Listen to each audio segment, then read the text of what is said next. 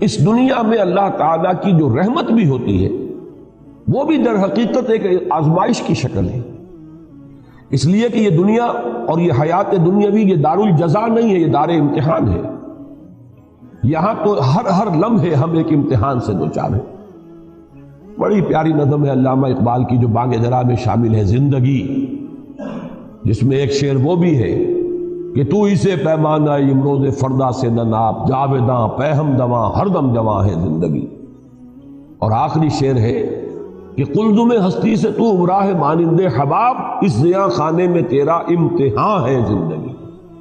اور یہ در حقیقت ترجمانی ہے سورہ ملک کی اس آیت کی کہ ہم نے خلق الموت والحیات لیبلوکم ایکم احسن عملا۔ یہ موت و حیات کا سلسلہ، حیات مسلسل چلی جا رہی تھی، موت کا وقفہ ڈال دیا گیا، اس کے حصے کر دیے گئے تاکہ ایک چھوٹا سا حصہ علیحدہ کر لیا جائے، small chunk of our life, وہ علیحدہ کر لیا گیا تاکہ اس کو ایک امتحانی وقفہ بنا دیا جائے۔ قلزم ہستی سے تو براہ مانند حباب، اس زیاں خانے میں تیرا امتحان ہے زندگی۔ آگے چل کر اب زیادہ دور نہیں ہے، سورہ دہر میں بھی یہ مضمون آئے گا، سورہ ملک میں تو آ ہی چکا ہے بڑی وضاحت کے ساتھ، خلق الموت والحیات لیبلوکم ایکم احسن عملا۔ اور ہر لحظہ یہاں امتحان ہے، کبھی اللہ تعالیٰ کچھ دے کر آزماتا ہے، کبھی کچھ چھین کر آزماتا ہے۔ دے کر آزماتا ہے کہ بندہ شکر کرتا ہے یا نہیں، کبھی چھین کر آزماتا ہے کہ بندہ صبر کرتا ہے یا نہیں۔ ہر حال میں وہ میرے دامن سے وابستہ رہتا ہے یا نہیں، ہر حال میں راضی برضائے رب رہتا ہے یا نہیں۔ کہیں ایسا تو نہیں ہوتا کہ اگر نعمتوں کی بارش ہو تو ہم سے غافل ہو جائے، ہماری طرف سے منہ موڑ لے۔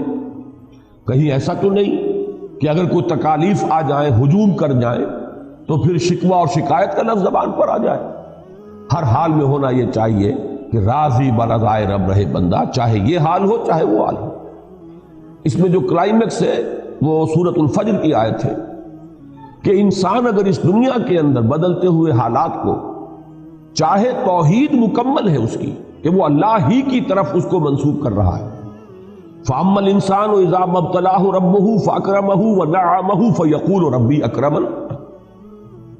انسان کا عجیب حال ہے کہ جب اس کا رب اس کو خوب نعمتیں دیتا ہے، آزماتا ہے اس صورت میں کہ نعمتیں دیتا ہے، خوب اس کو اکرمہ عزت دیتا ہے، فیقول ربی اکرمن، تو وہ کہتا ہے مجھے رب نے عزت دے دی، باعزت بنا دیا، میرا اعزاز فرمایا۔ اب دیکھیے شرک یہاں نہیں ہے، وہ سب سے بڑی گمراہی جو ہے اس سے تو انسان بچا ہوا ہے، میرے رب نے مجھے عزت دی۔ شرک نہیں ہے، توحید موجود ہے، توحید میں کہیں کوئی اس میں کوئی خلا نہیں، کوئی نقص نہیں۔ وَأَمَّا إِذَا مَا ابْتَلَاهُ فَقَدَرَ عَلَيْهِ رِزْقَهُ فَيَقُولُ رَبِّي أَهَانَنِ۔ اور جب دوسری شکل میں اللہ تعالیٰ امتحان لیتا ہے کہ اس پر اس کے رزق کو تنگ کر دیتا ہے، ناپ تول کر دینے لگتا ہے، تھوڑا تھوڑا ایشو کرتا ہے، اس لیے کہ قدرہ کے معنی جو ہے وہ یہی ہے، اندازے سے دینا شروع کر دینا۔ ایک ہے بغیر حساب آ رہا ہے، اور ایک یہ کہ اب ناپ تول کر کے آ رہا ہے۔ فَيَقُولُ رَبِّي أَهَانَنِ، تو وہ کہتا ہے میرے رب نے تو مجھے ذلیل کر دیا۔ اب ان دونوں جملوں میں توحید اور شرک کے اعتبار سے کوئی کمی نہیں ہے کہ کوئی گمراہی کی آپ نشاندہی نہیں کر سکتے۔ اللہ نے عزت دی اور اللہ نے ہی ذلیل کر دیا، لیکن فرمایا کلا، ہرگز نہیں۔ یہاں نفی کس اعتبار سے ہو رہی ہے کہ ابھی ہدایت کا ایک درجہ اور ہے۔ تم یہاں مال و دولت اگر مل گیا ہے تو سمجھ رہے ہو کہ یہ عزت ہے، اعزاز ہے، حالانکہ یہ بھی امتحان ہے۔ اور اگر کہیں تنگی آ گئی تم سمجھ رہے ہو یہ توہین اور تذلیل ہے، حالانکہ یہ بھی توہین اور تذلیل نہیں ہے، یہ بھی امتحان ہے۔ یہ دونوں کیفیات اس اعتبار سے برابر ہیں کہ یہ بھی امتحانی کیفیت، وہ بھی امتحانی کیفیت۔ ایک درجہ اس سے بھی اوپر ہے ہدایت کا، لَتَرْكَبُنَّ طَبَقًا عَنْ طَبَقٍ، ہدایت بھی درجہ بدرجہ آتی ہے۔ سب سے بڑی گمراہی تو یہ ہوتی کہ انسان یہ کہتا کہ مجھے نعمتیں ملی ہیں، یہ تو لکشمی بائی کی کرپا ہو گئی، فلاں دیوتا راضی ہو گیا، اس کی نظر عنایت ہے، مجھے یہ سب کچھ مل گیا۔ اب یہ تو ضل ضلالا بعیدا، یہ گمراہی کی بہت دور کی شکل ہے۔ اور کہیں اگر کوئی تکلیف آ گئی، فلاں دیوتا ناراض ہو گیا، معلوم ہوتا ہے کہ فلاں دیوی یا دیوتا کی نگاہ کرم ہم سے پھر گئی ہے، دو قربانیاں، آؤ کوئی ڈنڈوت کرو، کوئی تلافی کرو، راضی کرو۔ تو یہ تو سمجھیے کہ یہ گمراہی ہے دور کی۔ اس گمراہی سے آدمی چلا تو پہلا درجہ جو آیا ہدایت کا وہ توحید ہے کہ اس نے یہ کہا کہ مجھے نعمت ملی تو اللہ نے میرا اعزاز اور اکرام فرمایا، مجھ پر تکلیف آئی، تنگی آئی تو اللہ نے مجھے ذلیل کر دیا، تو اس کے اعتبار سے تو یہ ہدایت ہے۔ لیکن ابھی تیسری سیڑھی کو دیکھیں گے تو یہ بھی ابھی گمراہی ہے۔ وہ تیسری سیڑھی کیا ہے کہ یہ دونوں حالتیں مساوی ہیں، یہ دونوں حالتیں امتحان ہیں، دونوں میں اللہ آزما رہا ہے۔ ابھی ایک چوتھی سیڑھی ہے، یہ سب سے اونچی ہدایت ہے۔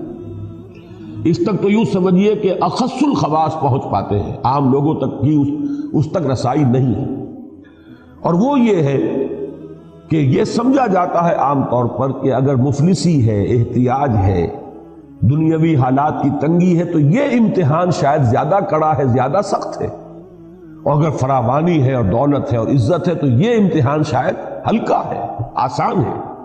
حقیقت یہ ہے چوتھی سیڑھی جو ہے ہدایت کی کہ اصل میں امتحان بھاری جو ہے وہ دولت کا امتحان ہے۔ اگر اللہ تعالیٰ زیادہ دیتا ہے، عزت دیتا ہے، وجاہت دیتا ہے، یہ امتحان زیادہ سخت ہے، زیادہ مشکل ہے۔ اگر تنگی ہے، مصیبت ہے، تکلیف ہے تو یہ امتحان آسان ہے، اس لیے کہ تنگی میں اور مصیبت میں لا محالہ انسان کا رجوع اللہ کی طرف ہوتا ہے، جبکہ محتاط ہے، فراوانی ہے، عزت ہے تو اس میں بہت شدید اندیشہ ہے غفلت کا۔ تو معلوم یہ ہوا کہ نتیجے پر اگر نگاہ ہے تو اس کے اعتبار سے یہ امتحان کے دولت ہو اور اس کے انبار ہو اور فراوانی ہو، یہ زیادہ مشکل امتحان ہے بنسبت اس کے کہ تکلیف ہو یا کوئی دنیا میں احتیاج کا معاملہ ہو۔ اس کے حوالے سے یاد رکھیے امام احمد ابن حنبل رحمۃ اللہ علیہ کا وہ واقعہ کہ ایک زمانے میں حکومت جو ہے تشدد کر رہی تھی، شدید ترین عتاب میں آئے ہوئے ہیں، مار پڑ رہی ہے، جیلوں میں ٹھوسا ہوا ہے، اور الفاظ یہ آتے ہیں روایات میں کہ وہ مار ماری گئی ہے کہ اگر ہاتھی کو بھی وہ مار ماری جاتی تو بلبلا اٹھتا، لیکن کبھی کوئی آنسو جو ہے آنکھ سے نہیں ٹپکا۔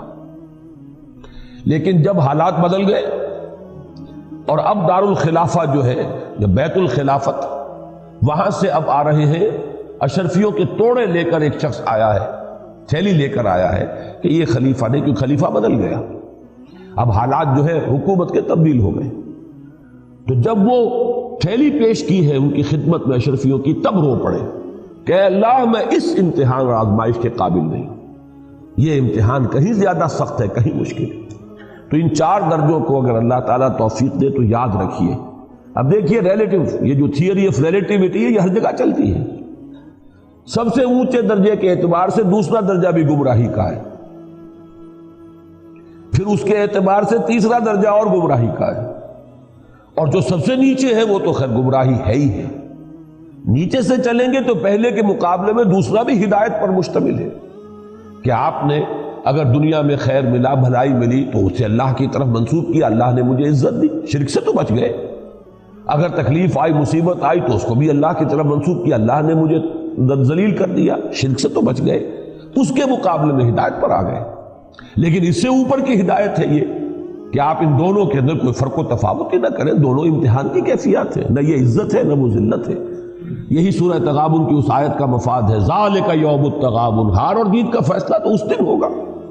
اس دن جو بری ہو گیا عزت اس کے لیے ہے، اور اس دن جو جہنم میں جھونک دیا گیا ذلت اس کے لیے ہے، چاہے دنیا میں قارون کی دولت اس کے پاس رہی اور فرعون اور نمرود کا اقتدار جو ہے اسے حاصل رہا ہو۔ اور سب سے اوپر یہ ہے کہ اصل کڑا امتحان جو ہے، حضور کی حدیث یاد کر لیجئے، ما قل و کفا خیر مما کثر و الہا، جو کم ہو لیکن کفایت کر جائے، بنیادی ضرورتیں پوری ہو جائے، کسی کے سامنے ہاتھ نہ پھیلانا پڑے، وہ کہیں بہتر ہے اس سے کہ جو کثیر ہے لیکن غافل کر دینے والی شے ہے۔ جہاں کثرت ہوگی، محتاج ہوگی، غفلت آ جائے گی۔